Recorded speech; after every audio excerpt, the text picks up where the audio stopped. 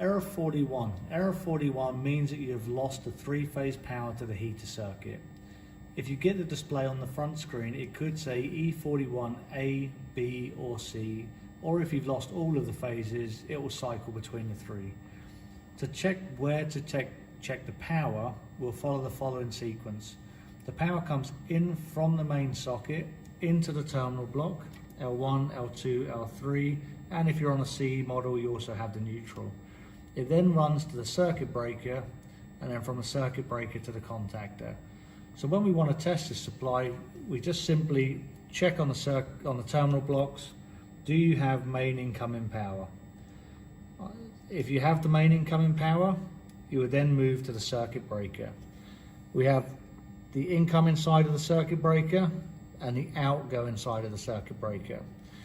If we lose the power across this, on the other side of this circuit breaker is a standard switch which you can lift up or drop down. If you have power here, you would then next move to the contactor. The heat contactor only controls the power for the elements. So again, you need to check incoming power, and if that's all there, you then move to outgoing power. If you've lost the outgoing power, this contactor coil is fed via the high limit circuits. So you should then check the coil to see if you have mainline voltage on it. If you have mainline voltage, then the contactor should be in. It may be it's failed. If you don't have mainline voltage, then you need to verify the high limit circuit. If you do have power coming through this contactor, your next step would be to verify the middle connector on the SSRB, which is the incoming power supply. So you take that off, make sure you have all of your connections on it. If the power is there, the next step of the circuit comes to this ribbon cable. The power goes through the SSRB via the three small transformers and then is brought up to the SSRB. There is nowhere to test on the SSRB for the high limit circuit. It does represent a small light here which shows you high voltage. If that's out, then it isn't seeing the voltage.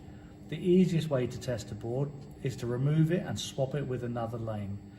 Otherwise, as we said, there is no way of confirming if there is an issue with that board or not. Testing the high limit circuit. We start at the connector at the rear of the grille, so the upper platen harness. When you look at the connector, you'll see two reds, two blacks, and then an off yellow and a yellow. These two wires are the high limit circuit. If you want to test it, this will put both of the high limits in the upper platen in series connection. So you simply put your tester on continuity or low resistance and test across these two pins. You'll then see on the screen of the tester 0.3. It should be between 0.0 to 0.3. Anything higher than that could show a high resistive joint. If that's testing well as this is, you'll then move to the front connector which controls the lower element high limits. When you come to the lower high limits, the connector is in the middle at the front of the grille. On this one, it's on the outside edge. We just undo it. And now we're going to take the upper part of the connection, which runs through the three high limits in series. So we go into one connection, into the other, and we can see on the tester we have 0.5. I haven't zeroed these test leads, so that would be okay. Again, if you have a higher value, it could be that your leads are unzeroed or possibly you have a failing high limit.